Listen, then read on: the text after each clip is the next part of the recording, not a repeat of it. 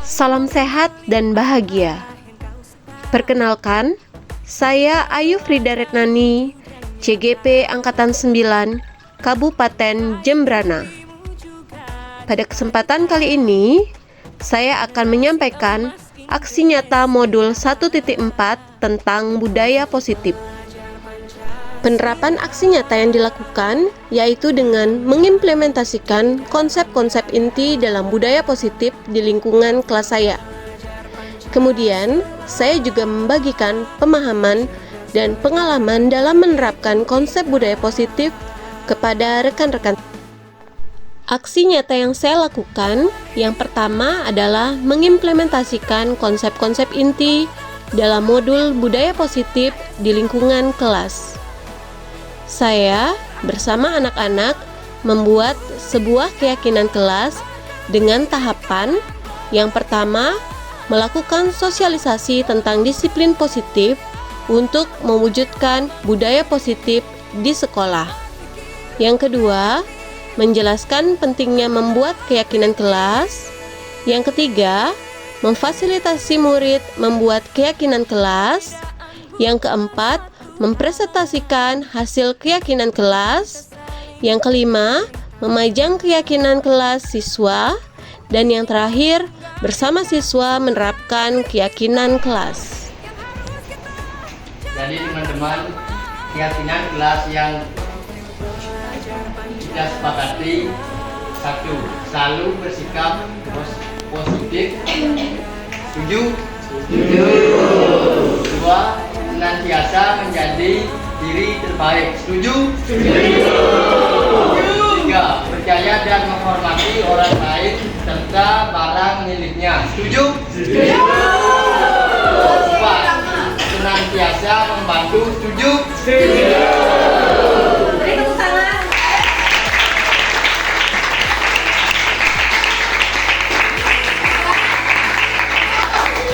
Baiklah anak, agar keyakinan kelas ini sah, silakan kalian bubuhkan tanda tangan kalian di bawah ini. Silakan dimulai dari perangkat kelas dulu.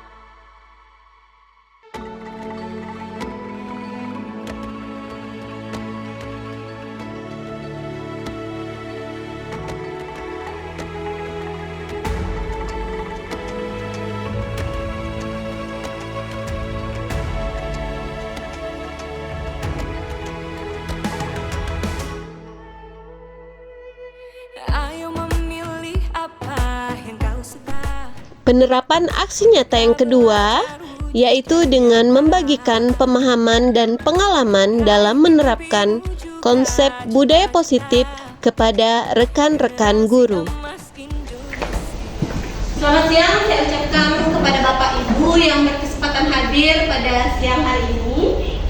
Sebelumnya, izinkan saya mengucapkan salam umat, Om Swastiastu. Om Swastiastu. Assalamualaikum warahmatullahi wabarakatuh. Salam sejahtera untuk kita semua. Salam namo budaya, salam kebajikan, dan salam bahagia. Salam bahagia. Pada kesempatan kali ini, saya akan mendefinisikan tentang budaya positif yang saya pelajari pada CGP Angkatan 9 Kabupaten Jembrana. Sebelumnya saya ingin menanyakan kabar Bapak Ibu sekalian. Bagaimana kabarnya Bu Sri? Baik, baik. Jam kosongkah sekarang? Ya. Terima kasih sudah hadir ya. Bu Fitri? Ya, baik. Ya, terima kasih sudah hadir ya Bapak-bapak juga. Nah, ada beberapa hal yang ingin saya sampaikan tentang budaya positif yang sudah saya pelajari selama mengikuti PGP Angkatan 9 ini. Hari ini saya akan menyampaikan konsep inti budaya positif yang terdiri dari 8 item Yang pertama itu tentang perubahan paradigma belajar. Yang kedua, disiplin positif. Yang ketiga, nilai-nilai kebajikan. Yang keempat, tentang kebutuhan dasar manusia. Yang kelima, motivasi perilaku manusia. Yang keenam, tentang posisi kontrol guru. Yang ketujuh, tentang keyakinan kelas. Dan yang terakhir adalah segitiga restitusi. Kita mulai dari yang pertama, tentang perubahan paradigma belajar. Sebelumnya saya punya kuis. Mohon perhatikan gambar berikut. Ini tebak gambar. Kira-kira apakah maksud dari gambar tersebut? Oh, Bu Gita ternyata paling pertama kata. Bu Gita, apa tebakan Bu Gita? Melatih gajah. Melatih gajah. Ada yang punya penafsiran berbeda? Bunga gajah. Bunga gajah. Ada bunga tambah aja bunga gajah. Yang benar nih, melatih gajah atau bunga gajah? Melatih gajah. Jadi bunga melatih ya Pak. Jadinya melatih gajah. Oke, kenapa saya memilih kuis ini? Karena saya ingin mungkin Bapak Ibu pernah mendengar cerita tentang gajah dan tali pengikat. Jika ada gambar gajah yang diikat kakinya, kira-kira apa yang Bapak Ibu bayangkan setelah gajah tersebut dewasa? Ya, Sri? Mungkin dunia yang dia tahu hanya sekitar itu saja. Dunia yang dia tahu hanya sekitar itu saja. Ada yang lain? Kakinya nanti bisa gini ya. Apa Bisa namanya? ada tandanya, ada Karena tandanya. dia pertumbuhan kan. Oh iya, jadi kakinya akan terbentuk tanda. Ada yang lain? Hidupnya akan terkekang. Nah, biasanya gajah kan kalau dia diikat atau dipelihara, dia tidak mencari makannya sendiri. Biasanya disediakan makan oleh yang memelihara. Jadi dia tidak tahu bagaimana cara mengambil daun pada pohon yang tinggi, kemudian bagaimana cara dia untuk melindungi diri. Nah, begitu juga yang terjadi pada anak-anak kita nantinya. Sebelumnya kita simak dulu cerita berikut. Seorang laki-laki berjalan melewati sebuah tempat pelatihan gajah. Dia menemukan bahwa gajah-gajah itu tidak dikurung di dalam kandang yang kokoh ataupun tidak diikat menggunakan rantai besi yang kuat. Yang menahan mereka untuk keluar dari tempat pelatihan itu hanyalah seutas tali yang diikat ke salah satu di antara kaki mereka. Kondisi ini sangat membuat si laki-laki bingung. Dia tidak mengerti kenapa gajah-gajah itu tidak menggunakan kekuatannya untuk memutuskan tali dan melarikan diri dari tempat pelatihan itu. Dengan kekuatan yang dimiliki para gajah, akan dengan sangat mudah mereka bisa memutuskan tali dan melarikan diri. Karena penasaran dan ingin tahu jawabannya, ia bertanya kepada salah seorang pelatih gajah yang berada di dekatnya. Dia bertanya, mengapa gajah-gajah itu hanya berdiri di sana dan tidak pernah mencoba melarikan diri? Kemudian salah satu pelatih itu menjawab, ketika gajah-gajah itu masih kecil, kami mengikat mereka dengan tali dan cara yang sama.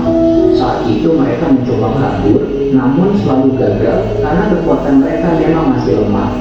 Semakin besar saat kekuatan mereka bertambah, mereka masih percaya bahwa mereka tidak dapat melarikan diri dari tali itu, sehingga mereka tidak pernah mencoba untuk melarikan diri.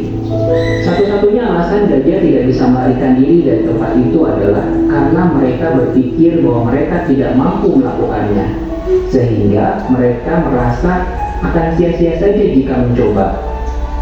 Ternyata kurungan atau rantai baja yang sangat kuat berada di pikiran mereka, bukan di kenyataan. Apa yang dialami oleh gajah ini sebenarnya banyak juga terjadi pada diri kita. Saat di masa lalu kita pernah mencoba dan gagal, maka terbentuk rantai besi dan penjara di dalam pikiran kita bahwa kita tidak akan pernah mampu melakukannya. Padahal di kenyataan tidak ada penjara ataupun tidak ada rantai besi, melainkan pintu-pintu kesuksesan yang selalu terbuka untuk siapapun. Tidak peduli berapa banyak dunia berusaha untuk menghentikan Anda, jika Anda percaya Anda bisa mendapatkannya, maka Anda pasti akan berhasil.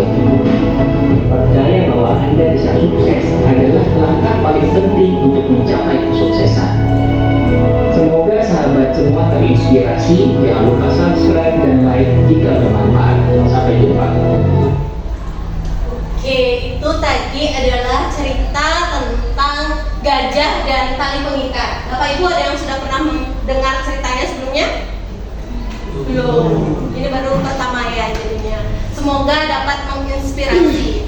Kira-kira apa pelajaran yang bisa Ibu ambil dengan mengaitkan gajah tadi dengan peserta didik kita?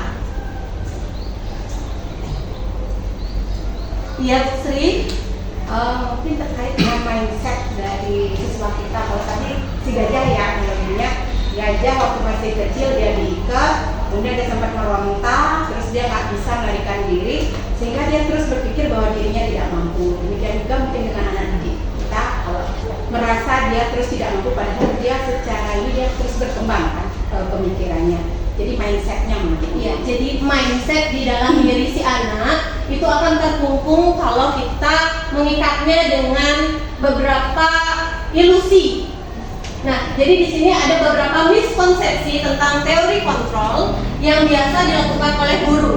Jadi guru banyak berpikir bahwa guru dapat mengontrol murid, padahal murid dapat melakukan hal yang tidak dia inginkan jika dia memang tidak mau. Dan kita tidak boleh memaksakan itu.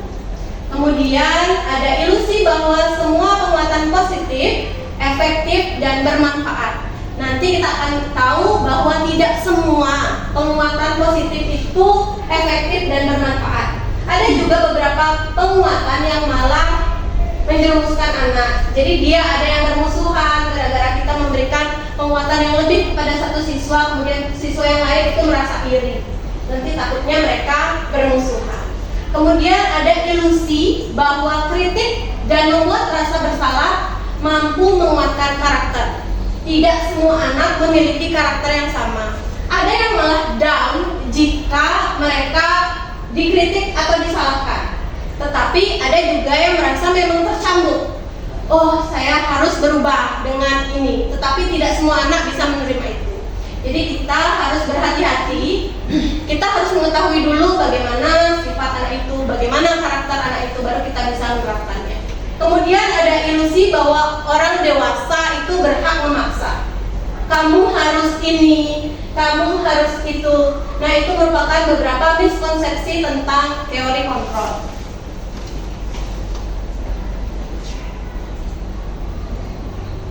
Bila ini ada teori yang semula dari stimulus respon berubah menjadi teori kontrol. Bila kita ingin berbuat kemajuan perlahan-lahan, sedikit-sedikit, ubahlah sikap atau perilaku Anda. Namun, bila kita ingin memperbaiki cara-cara utama kita, maka kita perlu mengubah kerangka acuan kita. Ubahlah bagaimana Anda melihat dunia, bagaimana Anda berpikir tentang manusia. Ubahlah paradigma Anda, skema, pemahaman, dan penjelasan aspek-aspek tertentu tentang realitas. Nah, di sini juga diajarkan bagaimana cara mengubah paradigma yang semula dari stimulus dan respon ke pendekatan teori kontrol. Pada stimulus respon itu mengatakan bahwa kita semua sama. Padahal kita adalah makhluk yang berbeda. Tidak semua anak itu sama. Tidak semua anak juga melihat yang sama. Setiap anak memiliki gambaran dan persepsi yang berbeda. Kemudian pada teori stimulus respon, kita mencoba mengubah orang agar berpandangan sama dengan kita. Padahal kita berusaha memahami, pada teori kontrol, kita berusaha memahami pandangan orang lain tentang dunia. Jadi kita tidak harus memaksakan apa yang kita pandang sama dengan anak-anak pandang, tetapi kita harus menghargai bahwa cara pandang kita dengan cara pandang anak-anak berbeda. Begitu juga anak yang satu dengan anak yang lain. Kemudian pada teori stimulus respon, perilaku buruk dilihat sebagai suatu kesalahan. Dan pada teori kontrol, semua perilaku memiliki tujuan. Baik atau buruk perilaku yang dilakukan anak itu sama-sama memiliki tujuan.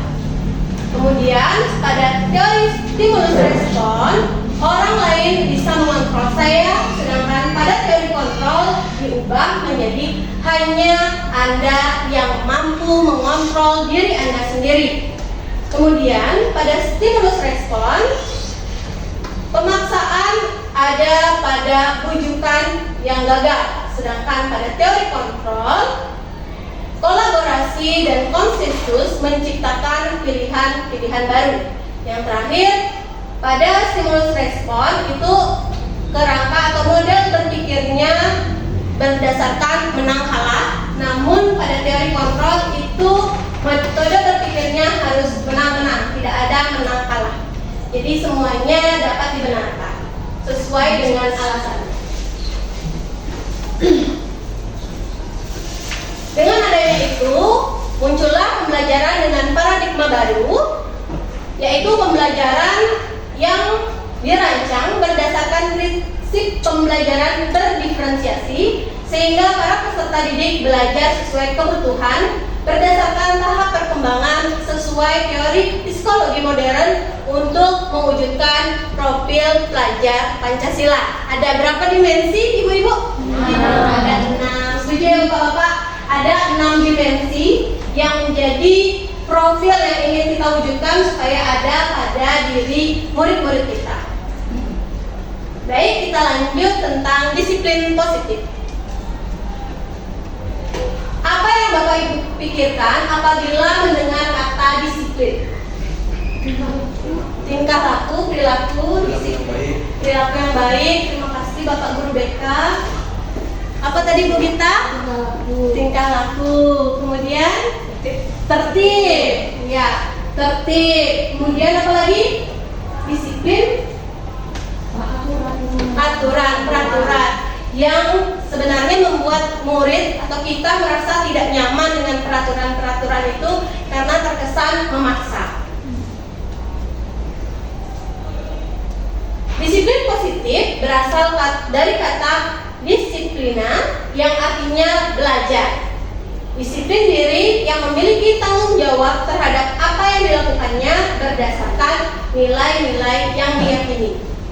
Disiplin positif merupakan salah satu cara penerapan disiplin yang bertujuan untuk menumbuhkan kesadaran serta memberdayakan ancaman atau hukuman. Sebagai pendidik, kita adalah menciptakan peserta didik yang memiliki disiplin diri sehingga mereka berperilaku mengacu kepada nilai-nilai kebajikan universal dan memiliki motivasi intrinsik dalam perubahan perilaku ke arah yang lebih baik. Kemudian nilai-nilai kebajikan. Nah, apa saja nilai-nilai kebajikan yang sudah Bapak Ibu terapkan selama ini? Ayo dipikirkan dulu nilai-nilai apa yang sudah Bapak Ibu terapkan. Apakah 6 dimensi dari profil Pancasila sudah Ibu terapkan? Yang mana yang paling sering? Yang paling, wah ini tidak boleh saya lupakan, ini harus setiap hari saya lakukan. Yang mana nilai kebajikan yang terus diterapkan? Mungkin kalau nilai kebajikan yang sudah kita terapkan bersama kan dari dimensi keimanan dan Iya, kan kita kan sudah setiap hari ya, sama-sama setiap hari. Itu yang paling utama dan utama yang sudah kita terapkan. Saya yakin banyak disiplin positif lainnya, nilai-nilai kebajikan lainnya yang Bapak Ibu sudah terapkan. Nah, jadi nilai-nilai kebajikan itu merupakan nilai yang kita sepakati bersama, lepas dari suku bangsa, agama, bahasa maupun latar belakangnya. Nah, diantaranya ada nilai yang berkaitan dengan profil pelajar Pancasila yang terdiri dari 6 dimensi tersebut. Ada beriman dan bertakwa pada Tuhan Yang Maha Esa dan berakhlak mulia, kemudian berkebinekaan global, gotong royong, mandiri, kreatif, dan bernalar kritis. Ada juga yang dibuat oleh Primarias Program atau PYT, itu ada toleransi, rasa hormat, integritas, mandiri, menghargai, antusias, empati, memiliki keingintahuan, kreativitas, kerjasama, percaya diri, dan komitmen. Kemudian tentang keterampilan hidup atau life skill, dapat dipercaya, lurus hati, pendengar yang aktif, tidak merendahkan orang lain, memberikan yang terbaik pada diri sendiri. Saya yakin nilai-nilai kebajikan ini sudah tertanam di diri Bapak Ibu sebelum kita tularkan kepada anak didik kita. Selanjutnya yaitu tentang kebutuhan dasar manusia. Sebelum masuk materi, apa kebutuhan dasarnya Pak Alif? Makan. Ke bawah? Minum. Pak Eka? Apa kebutuhan dasar Bapak? Pakaian. Pak Sen? Apa ya? Hiburan. Hiburan, bagus. Pasti hiburan. Hiburan sama. Kalau Bu Cika, apa kebutuhan dasar Bu Cika? Tidur. Kita hiburan juga. Kemudian nggak ada yang uang juga nggak bisa. Kebutuhan dasarnya uang nggak ada. Bu Sri? Uang. Bu Sri? Kebutuhan dasar manusia. Shopping itu belanja. Biasanya cewek-cewek ya. Bukan termasuk hiburan. Hiburan. Nah, jadi kebutuhan dasar manusia itu merupakan segala sesuatu yang kita lakukan untuk mendapatkan apa yang kita inginkan. Seluruh tindakan yang kita lakukan memiliki tujuan tertentu dan semua usaha terbaik yang kita lakukan adalah dalam rangka agar kebutuhan dasar kita terpenuhi dengan baik. Nah, sedangkan kebutuhan dasar kita itu ada 5. Yang pertama, bertahan hidup. Yang tadi disebutkan oleh bapak-bapak di sini itu bertahan hidup. Ada makanan, minuman, pakaian, tempat tinggal, keamanan, dan kesehatan. Kemudian kita juga butuh kasih sayang dan rasa diterima. Rasa diterima, dipedulikan, berbagi, bekerja sama, dan bisa menjadi bagian dalam suatu kelompok. Bayangkan coba kalau kita diasingkan sama teman, tak diajak, tidak ada rasa diterima. Siapa yang tak diajak nih diasingkan ya? Kemudian ada penguasaan. Ini berkaitan dengan harga diri, keinginan untuk dianggap, oh saya bisa nih, saya bisa yang seperti itu. Kemudian memimpin, berprestasi, diakui dan didengar. Kemudian kebutuhan dasar kebebasan, mandiri, memiliki pilihan, mencoba hal baru, mampu mengendalikan arah dirinya. Yang terakhir itu kesenangan, yang tadi disebutkan. Ada bermain, humor, antusiasme, dan tertawa. Ini merupakan kebutuhan dasar manusia. Pernah menghitung berapa kali kita tertawa sehari? Jadi kebutuhan dasar kesenangannya sudah terpenuhi. Mari kita berdiskusi. Oke. Diperhatikan baik-baik, disesuaikan dengan kebutuhannya tadi. Tahun ini Dimas genap berusia 17 tahun. Ia senang sekali ketika ayahnya mulai mengajarkan cara menyetir mobil. Setiap akhir pekan, ia berlatih menyetir. Ia terlihat senang sekali berlatih sampai akhirnya bisa menyetir mobil dengan baik dan lancar. Ketika ibunya bertanya kepada Dimas, apa yang membuat dia ingin bisa menyetir mobil? Ketika jawaban Dimas adalah seperti ini. Kira-kira kebutuhan apa yang ingin Dimas penuhi? Aku merasa bangga dan keren. Nah, kira-kira itu kebutuhan dasar yang mana yang harus terpenuhi tadi? Penguasaan. Kemudian yang kedua, dia bisa jalan-jalan naik mobil sama teman-temanku. Kesenangan, keren Pak Sen. Aku senang bisa pergi ke tempat-tempat yang aku suka,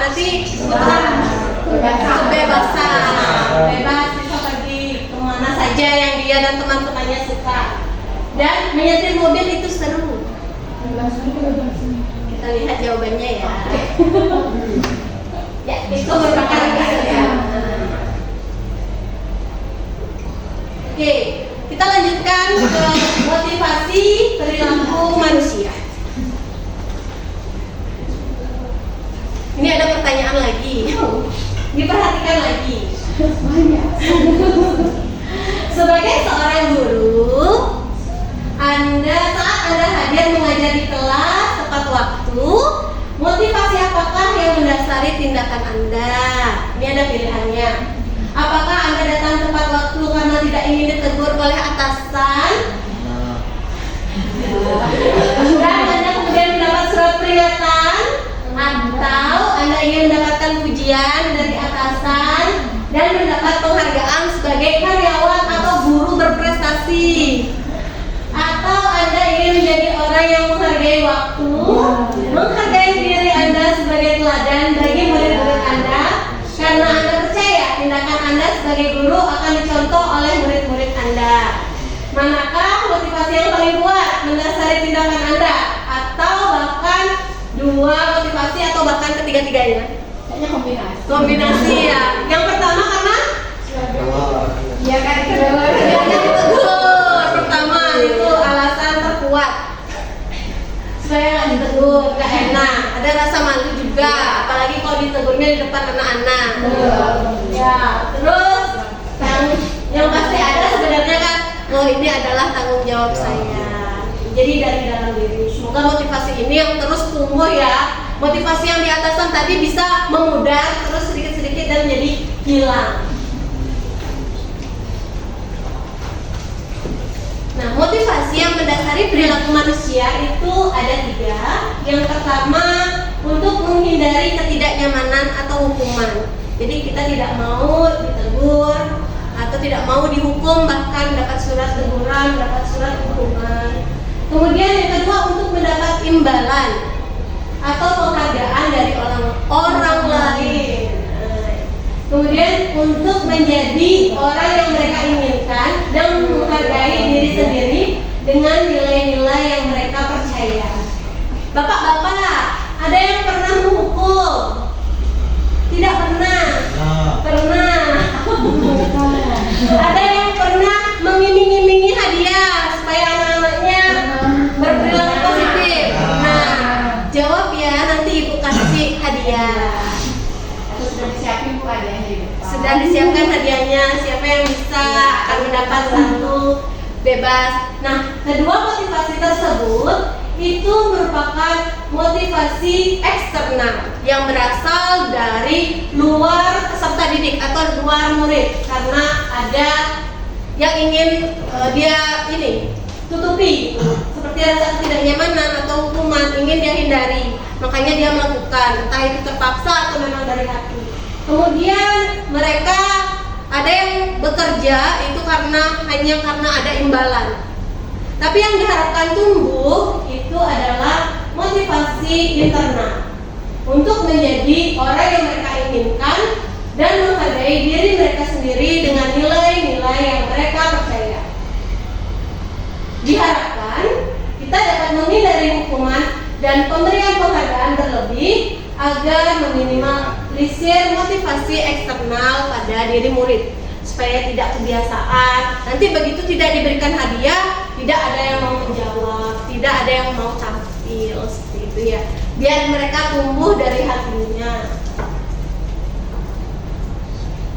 Kita lanjutkan ke hukuman, konsekuensi, dan restitusi.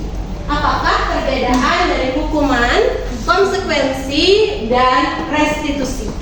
Sebelum lanjut, mungkin ada yang tahu hukuman itu seperti apa sih? Kemudian konsekuensi itu seperti apa dan restitusi itu seperti apa? Aku biasanya cuma 2 aja. Oh iya, yang mana? Hukuman sama konsekuensi. Kalau hukuman? Kalau hukuman itu kan bisa tiba-tiba pas dia melanggar, terus kasih hukuman, terus anak bisa sepihak kan? Iya, sepihak. Ya tidak tahu tiba-tiba kena hukum. Dan karena juga kan nyambung antara pelanggarannya dia dengan Hukuman yang diterima. Misalkan terlambat sekolah, hukumannya ngosek WC. Iya, Lari. Kemudian kalau konsekuensi? Kalau konsekuensi itu kan sudah ada kesepakatan antara guru dan murid ya. Jadi kalau kamu terlambat, saya pernah dulu waktu SMP, guru olahraga saya itu masih ingat sekali, itu menerapkan sistem konsekuensi. 10 menit saya terlambat, saya tidak boleh mengikuti pelajaran olahraga. Tetapi kalau gurunya terlambat 10 menit, kalian boleh bubar, tidak mendapatkan pelajaran olahraga saat itu. Tapi gurunya sangat disiplin, jadi dia tidak pernah terlambat. Jadi kita nggak pernah bebas. Konsekuensinya berlaku untuk muridnya aja yang sering terlambat. Itu padahal dulu olahraganya masih di jam 0. Jadi jam 6 sudah mulai. Nah, ini dia apa perbedaan antara hukuman, konsekuensi, dan restitusi. Kalau hukuman itu benar, tidak terencana atau tiba-tiba. Kemudian murid tidak tahu apa yang akan terjadi atau tidak dilibatkan dalam pembuatan peraturan itu. Kemudian bersifat satu arah dan berupa hukuman fisik atau psikis. Push up lah, lari lah, squat jump, jalan jongkok, dan sebagainya. Kalau konsekuensi itu lebih terencana dan ada kesepakatan sesuai dengan peraturan. Murid tapi tetap dibuat tidak nyaman. Nah, sikap guru selalu memonitor murid. Kemudian ada restitusi. Nah, ini yang sebaiknya dilakukan oleh guru. Jadi proses menciptakan kondisi bagi murid untuk memperbaiki kesalahan. Jadi dia ingin memperbaiki kesalahan dari murid dan adanya proses kolaboratif yang mengajarkan murid untuk mencari solusi sendiri dari apa kesalahan yang telah dia lakukan. Dia diingatkan kembali, kemudian mencari solusi bersama. Nah, ini terlihat nggak Bapak Ibu? Terlihat. Kita tentukan ya, ini merupakan hukuman atau konsekuensi. Mencatat 100 kali di dalam buku kalimat, saya tidak akan terlambat lagi karena dia terlambat ke sekolah. Lihat di sini hukuman atau konsekuensi? Hukuman. Ya, benar ya. Kasih tepuk tangan Pak. Lari mengelilingi lapangan basket 2 kali karena terlambat hadir di sekolah. Pak Baul nih sebagai guru BK, hukuman apa konsekuensi Pak Baul? Hukuman. Kenapa hukuman Pak Baul? Karena melibatkan fisik. Wih, karena melibatkan fisik. Ya, lari.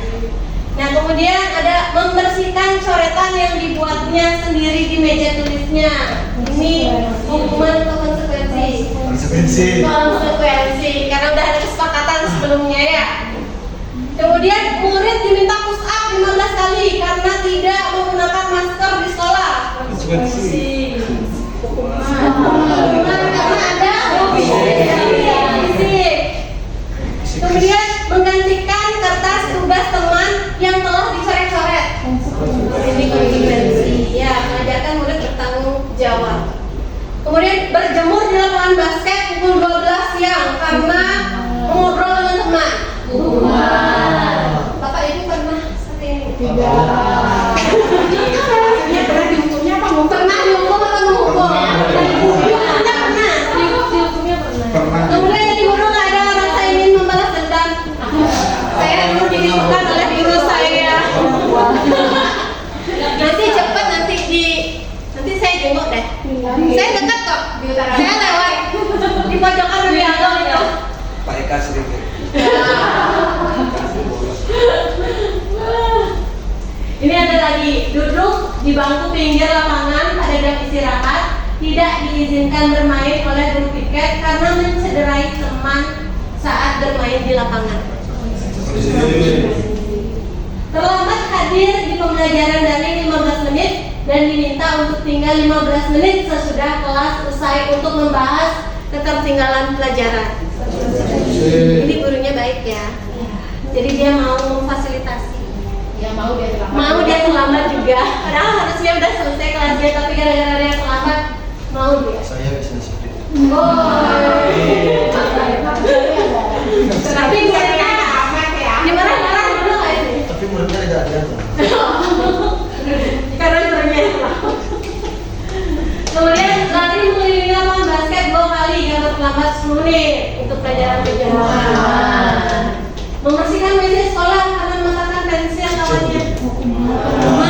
Kadang-kadang ini kalau masuk ke konsekuensi kira-kira apa yang tepat? Kalau mematahkan mengganti. Jadi kita nggak boleh ngasih hukuman yang nyaplir ya istilahnya.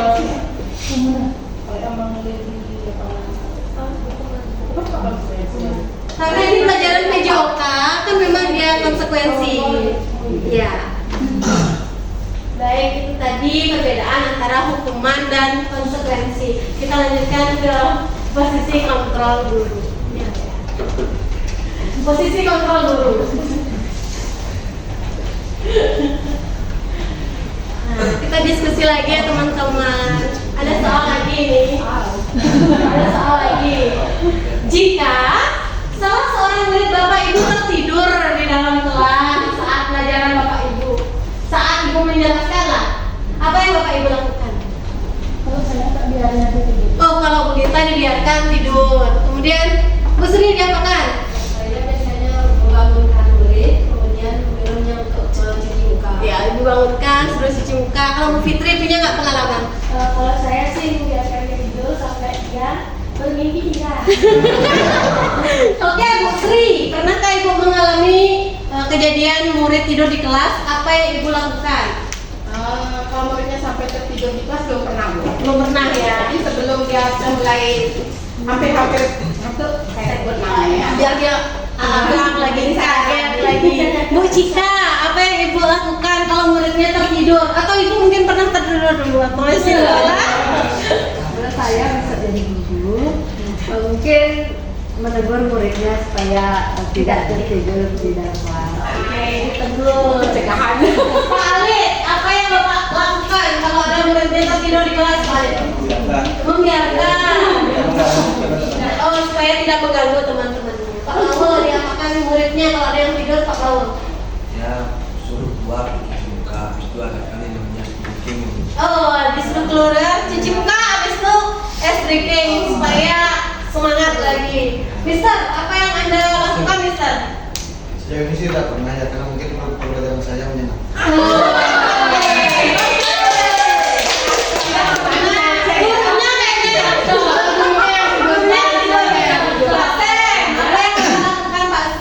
Kalau muridnya ada yang tertidur, Pak, Saya bangunin dan suruh cuci muka.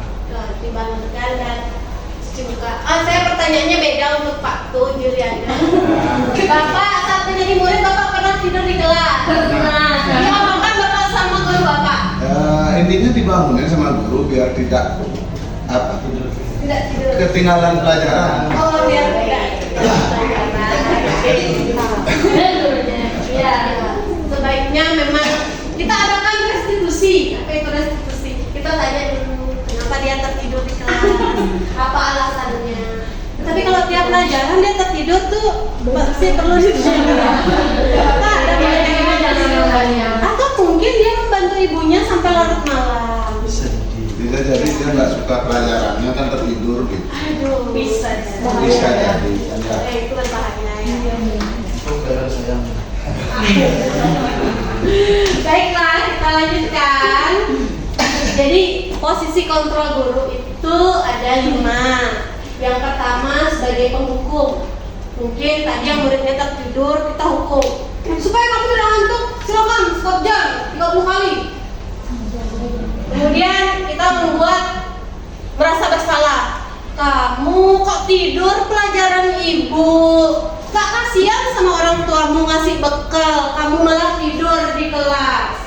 Itu kita membuat dia merasa bersalah. Kemudian kita bisa bertindak sebagai teman. Bangun dong nak, kok tidur? Kan sekarang sedang belajar ibu. Jadi memang benar-benar kita bertindak sebagai teman. Kemudian ada pemantau. Ini ditanyakan apa alasannya. Dan posisi sebagai manajer. Ini adalah posisi yang diharapkan dimiliki oleh guru. Jadi dia menanyakan, kemudian mencari solusi bersama supaya kejadian seperti itu tidak terulang kembali. Baik, ini ada perbedaan guru ABCD.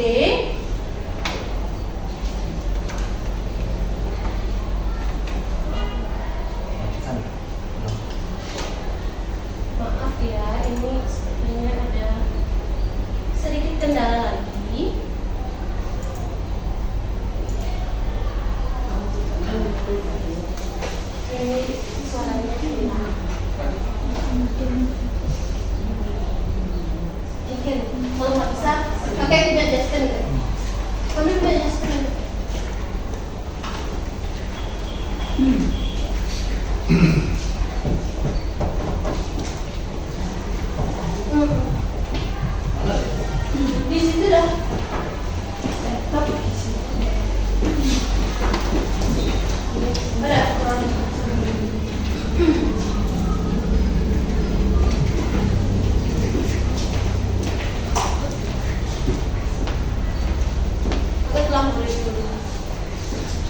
Oh sudah beli lah. Cek ini memang nggak ada ceknya ya? Apa? Pikir.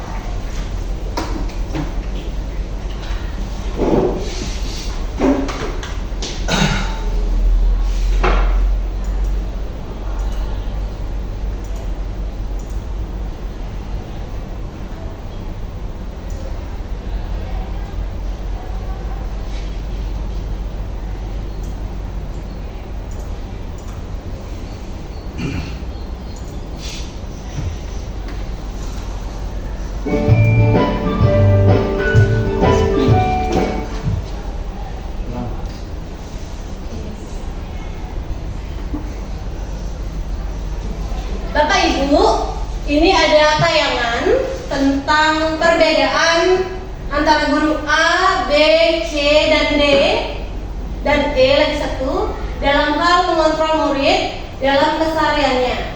Kira-kira Bapak Ibu termasuk guru yang mana dan apa yang perlu Bapak Ibu perbaiki?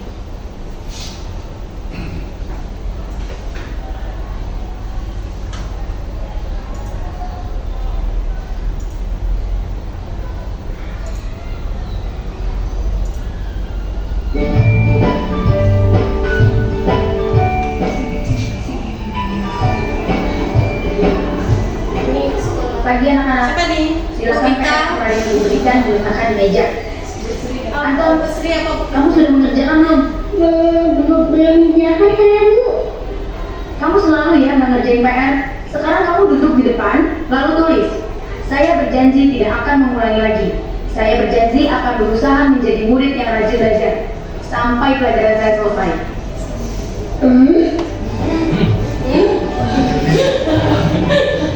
Pagi anak-anak. Hari ini ada tugas. Pak Sam, Pak Sam. Mengerjakan. Anton, kamu sudah mengerjakan? Belum Pak. Kamu nggak ngerjain tugas ya? Kamu mau jadi apa nanti? Kamu lihat sekolah nggak sih? Coba bayangkan orang tuamu betapa kecewanya sama kamu. Kamu itu sudah kelas 5. Harusnya bertanggung jawab sama dirimu sendiri. Maaf Bu, saya terlambat. Ya udah, nanti jangan diulangi lagi ya. Kalau kamu rajin, ibu senang lihatnya. Ya, lain kali papa tuh ya masuknya kelas dulu dong. Jadi 100 lagi, Papa ya? Iya, siap kata gitu. Kamu kok? Nah, hari Fitrianto. Bapak catat, kamu sudah 3 kali loh dari kepala olahraga bulan ini. Ya Pak, 3 kali berarti saya dapat sanksi Pak. Saya dapat sanksi, Pak. Kenapa selalu Anton yang bermasalah? Ini Bu, saya ngumpulin tugas. Maaf ya Bu, saya terlambat ngumpulin tugas. Kenapa kamu terlambat mengumpulkan tugas? Saya sore lagi ibu di warung, gak sempat ngumpulin tugas. Kira-kira nih, apa yang bisa kamu perbaiki supaya kamu bisa mengerjakan tugas tepat waktu? Coba, kapan biasanya kamu membantu ibu jualan? Setiap hari sampai di malam Bu. Bagaimana kalau kamu membuat jadwal? Kapan kamu akan mengerjakan tugas? Oh gitu ya Bu. Saya coba deh Bu. Terima kasih Bu.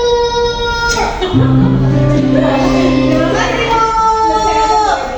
Nah, kalau Bapak Ibu jadi guru yang A, B, C, D atau E? D. Yang E. Yang menjadi guru seperti guru E. Apapun yang dilakukan murid itu memiliki tujuan tertentu. Dia tidak membuat PR, ada alasannya. Kita harus tanya dulu alasannya apa tidak membuat PR.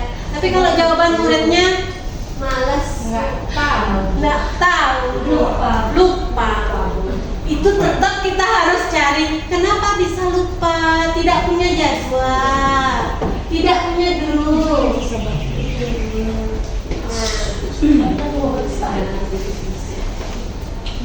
Nah, jadi contoh posisi kontrol itu sebenarnya tadi ya. Ini ada kasus siswa tidak memakai atribut lengkap saat upacara bendera. Ini Pak Komang ya. Hormat kepada bendera selama 1 jam. banget. Cocok ya, tapi hukuman sama kesalahannya. Ini tapi jangan seperti ini ya Kak. Kita tanya dulu, siapa tahu baju yang atribut lengkapnya dicuci, basah, atau memang tidak punya uang untuk membeli atribut karena bajunya baru, jadi atributnya belum dibeli, uangnya udah habis. Kemudian sebagai pembuat merasa bersalah, Bapak Ibu bisa bertanya, berapa kali Bapak Ibu harus memberitahu kamu selalu saja mengecewakan Bapak Ibu. Ya, jadi kita buat bagaimana anak itu merasa bersalah, sehingga ada keinginan si anak untuk memperbaiki. Kemudian yang ketiga itu bertindak sebagai teman. Ayo dong ikuti aturan, tolong bantu ibu, bapak ya, sekali ini saja. Jadi di sini guru yang memohon pada murid supaya tidak melakukan kesalahan. Ya sudah, tidak apa-apa, lain kali jangan sampai berbuat seperti ini lagi ya. Kemudian kita sebagai pemantau, semoga anak-anak kita tidak besar kepala ya kalau kita seperti ini. Kamu sudah melanggar peraturan sekolah, kamu tahu apa konsekuensinya. Setelah upacara, kamu beli atributnya di koperasi dan jangan diulang lagi ya. Sebagai pemantau, dia mencari solusi. Kemudian yang terakhir, ini yang diharapkan adalah sebagai manajer. Apakah kamu tahu kesalahanmu? Kira-kira bagaimana kamu memperbaiki kesalahanmu? Ini diharapkan ada pada diri murid. Oke, kita lanjutkan tentang keyakinan kelas. Sebelumnya saya ingin bertanya, Bapak Ibu ada yang sudah membuat keyakinan kelas? Sudah, Bu Sri udah keyakinan kelas. Bapak Ibu yang lain? Peraturan kelas? Peraturannya sudah.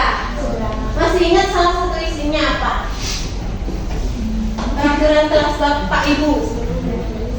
Bila mematahkan barang-barang di kelas menggantinya. Oh, jadi kalau mematahkan sapu harus diganti dengan sapu. Bermain lidi ganti dengan sapu lidi. Anak saya suruh buatin kakak peraturan kelas. Tidak pencet 2 denda 2.000. Tidak memakai topi saat upacara denda 2.000. Kak cepat sekali dah kaya kelas. Tapi ada yang bagus satu, bermain lidi mengganti sapu lidi satu. Oh, ini bagus nih Kak. Sekarang dia udah banyak. Bu, kakak di kelas sudah bisa beli karpet bulu dari uang benda. Banyak-banyak yang lain. Berbicara saat guru menjelaskan denda 2.000. Terus yang anak saya rasa dia sering melanggar, dendanya 1.000. Ini kakak pernah melanggar 1.000 aja denda. Nanti kakak sering katanya. Itu anak SD. Jadi itu udah tadi dijawab. Mengapa keyakinan kelas? Mengapa bukan peraturan kelas saja? Kalau di kelasnya Mr. Eka tadi masih peraturan, sedangkan di kelasnya Bu Sri sudah meningkat menjadi keyakinan. Kenapa perlu ditingkatkan? Kenapa ya? Nah, Bapak Ibu, ini sama halnya dengan mengapa kita mengikuti atau memiliki helm pada saat mengendarai sepeda roda 2? Kira-kira apa tujuannya? Aman. Supaya aman. Ada lagi keselamatan. Tidak ditilang, ya, karena tidak ditilang. Pertama tuh. Ya, lumayan loh, 250.000 untuk pelanggaran tidak memakai helm. Sekarang polisinya udah daya ya memfoto.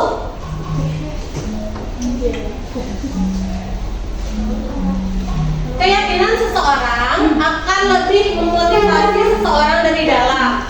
Seseorang akan lebih tergerak dan bersemangat untuk menjalankan keyakinannya daripada hanya sekedar mengikuti serangkaian peraturan tertulis tanpa makna.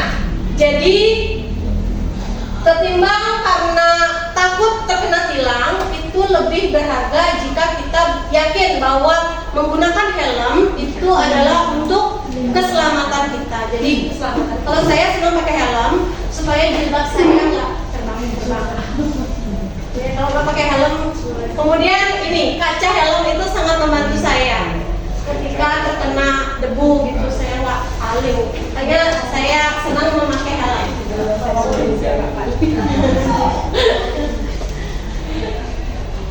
Nah, keyakinan kelas itu lebih bersifat abstrak. Dia berupa pernyataan yang universal. Kemudian dibuat dalam pernyataan positif. Kemudian sedikit saja agar mudah diingat. Jadi kemudian sesuai dengan kondisi kelas atau sekolah sehingga mudah diterapkan. Kemudian semua warga kelas atau sekolah dilibatkan saat membuat keyakinan kelas. Jadi tidak hanya guru dengan perangkat kelas saja, tetapi melibatkan seluruh siswa yang ada di kelas tersebut. Jadi kita tanya satu-satu mungkin apa yang mereka inginkan tercipta di kelas ini. Kemudian dibuat dalam pernyataan positif.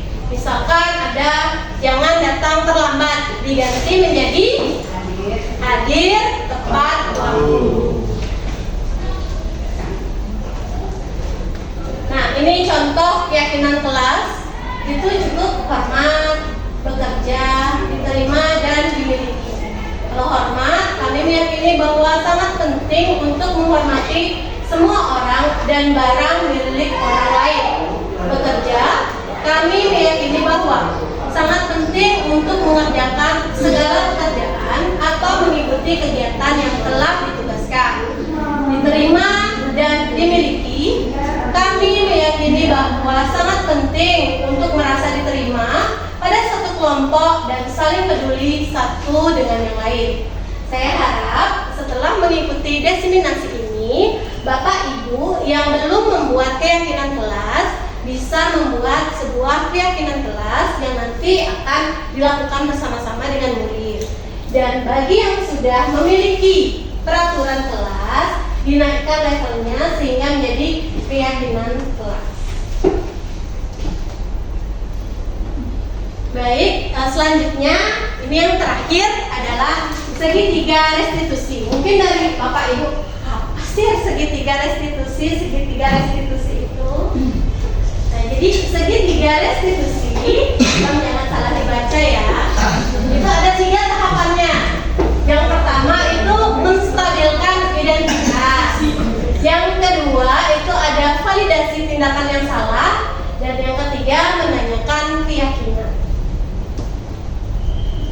Pada bagian menstabilkan identitas, ini bertujuan untuk mengubah identitas anak dari orang yang gagal karena melakukan kesalahan menjadi orang yang sukses.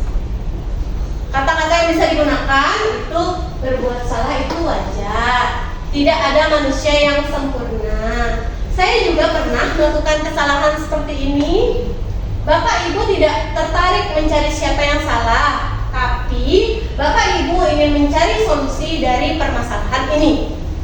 Atau kamu berhak merasa begitu. Jadi, kamu kenapa tidur di kelas? Saya ngantuk, Bu. Oh, saya pun pernah melakukan hal yang sama.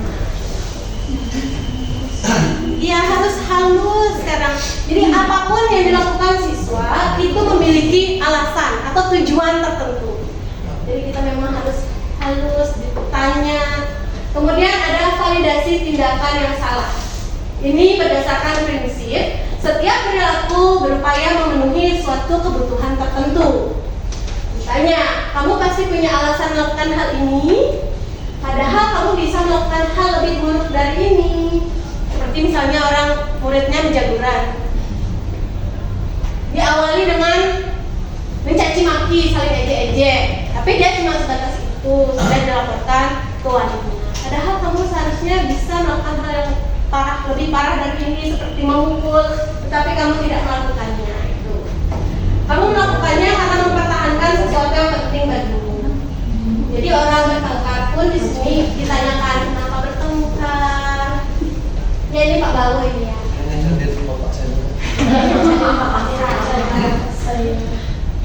Ini sekarang udah terkenal tuh di TikTok. Saya yang sekolah, bapak ibu saya yang terkenal. Berdasarkan prinsip setiap perilaku, ini untuk menanyakan keyakinan. Berdasarkan prinsip setiap perilaku berupaya memenuhi suatu kebutuhan tertentu.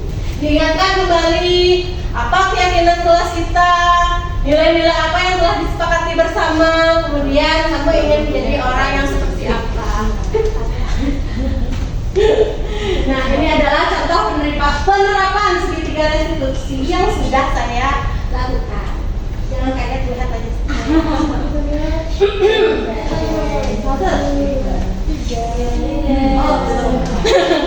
Ini kasusnya. Ini Devika merasa tidak terima pekerjaannya selalu disontek oleh teman dekatnya. Disontek ya, Pak? Oh gitu ya? Iya. Maaf ya, saya kurang bahasa Indonesia soalnya. Dia marah dan tidak dapat menahan emosinya. Dia memukul meja dengan keras sampai semua temannya merasa kaget. Ini untuk meja yang dipukul ya.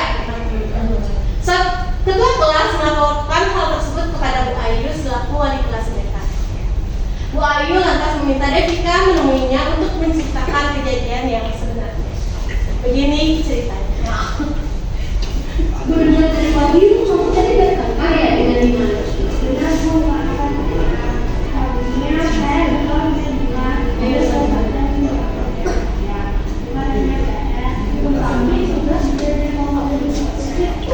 oh begitu. Wajar saja sih kalau kamu merasa marah. Kalau ibu ada di posisi kamu, ibu juga pasti akan melakukan hal yang sama. Tapi kamu melakukan itu ada alasannya kan?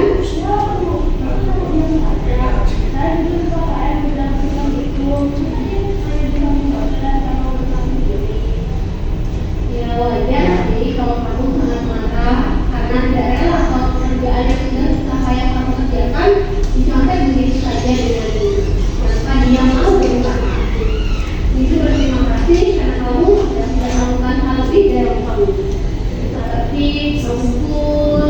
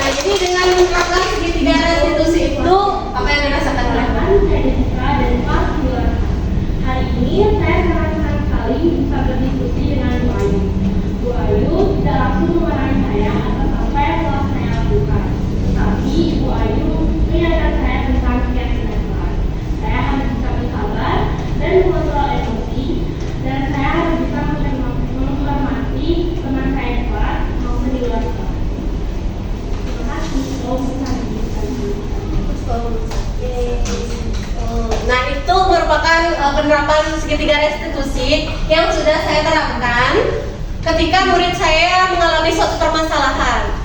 Jadi saya tidak langsung memarahi, saya bertanya dulu apa alasan dia sampai melakukan hal seperti itu. Saya harap Bapak Ibu yang lain juga bisa menerapkan segitiga restitusi ini.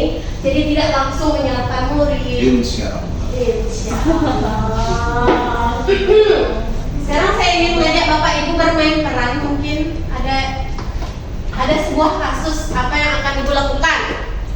Anda adalah Ciko, bukan Cika ya. Seorang murid kelas 7 SMP Pelindo. Pada saat kegiatan belajar mengajar selesai, Anda merasa senang karena bisa langsung pulang ke rumah.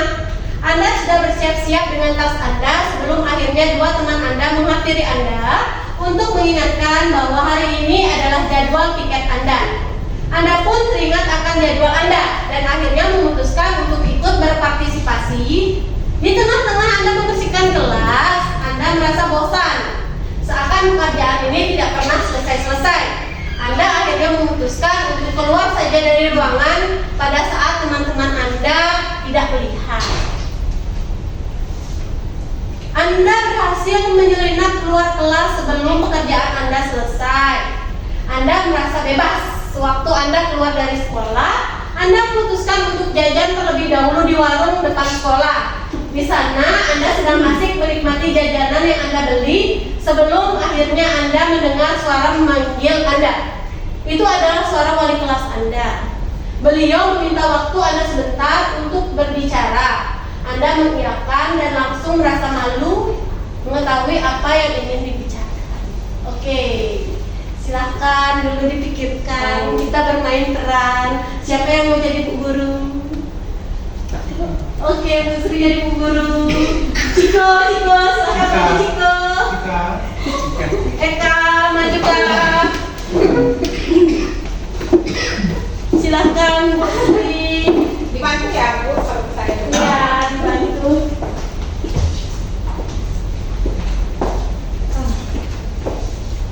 Di sini aja. Gimana? Ya. Ceritanya. Ciko, sini sebentar nak. Ya Bu, ada apa? Ciko tadi ke warung ya? Sebenarnya iya Bu. Ciko harus beli apa tadi? Beli sosis di mall. Sudah. Ciko masih ingat nggak hari ini Ciko ada piket?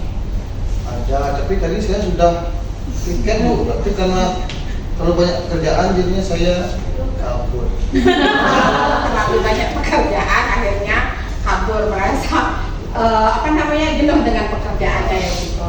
Iya, ya hal seperti itu rasanya manusiawi ya Ciko. Ibu juga mungkin merasa jenuh dengan pekerjaan Ibu saking banyaknya, tetapi setiap hal yang kita lakukan pasti ada alasannya kan.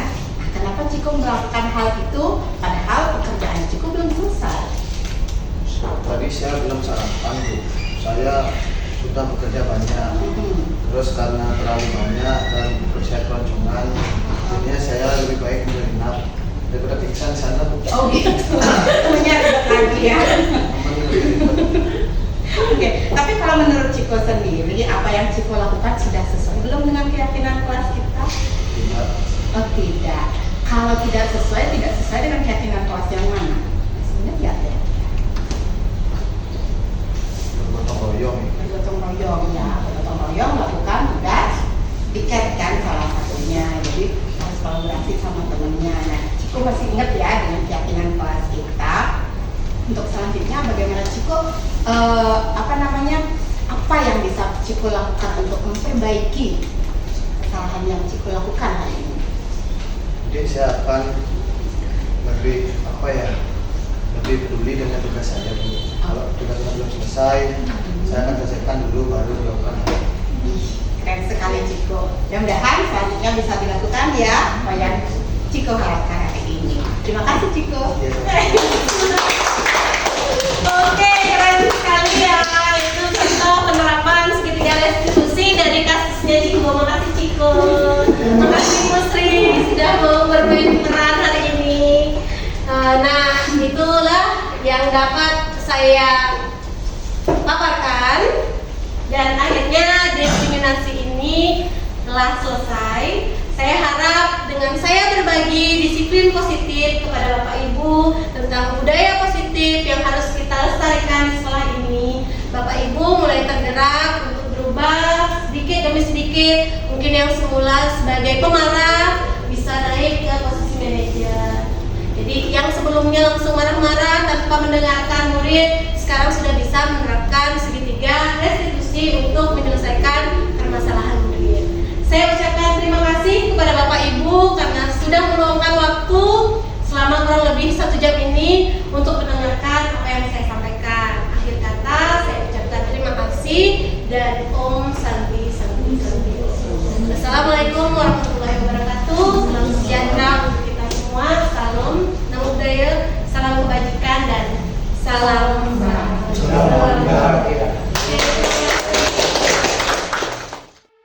Demikian tadi penerapan aksi nyata modul 1.4 tentang budaya positif. Saya berharap dengan adanya diseminasi yang saya lakukan mampu memunculkan motivasi intrinsik pada diri saya dan rekan-rekan saya untuk mewujudkan pembelajaran yang aman dan nyaman bagi murid sesuai dengan filosofi Ki Hajar Dewantara. Sekian, terima kasih. Salam guru penggerak, tergerak, bergerak, menggerakkan.